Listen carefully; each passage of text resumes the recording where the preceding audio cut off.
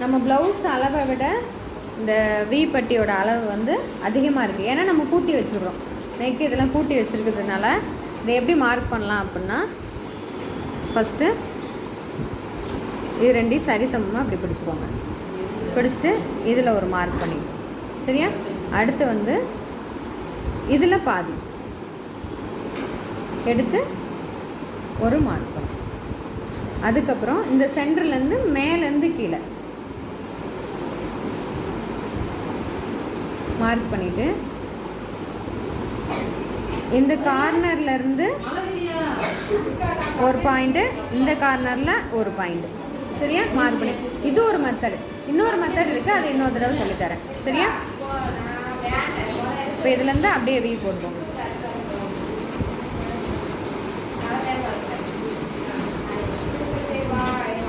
Cut பண்ணிட்டேன், கட்டாக கொடுக்கும்.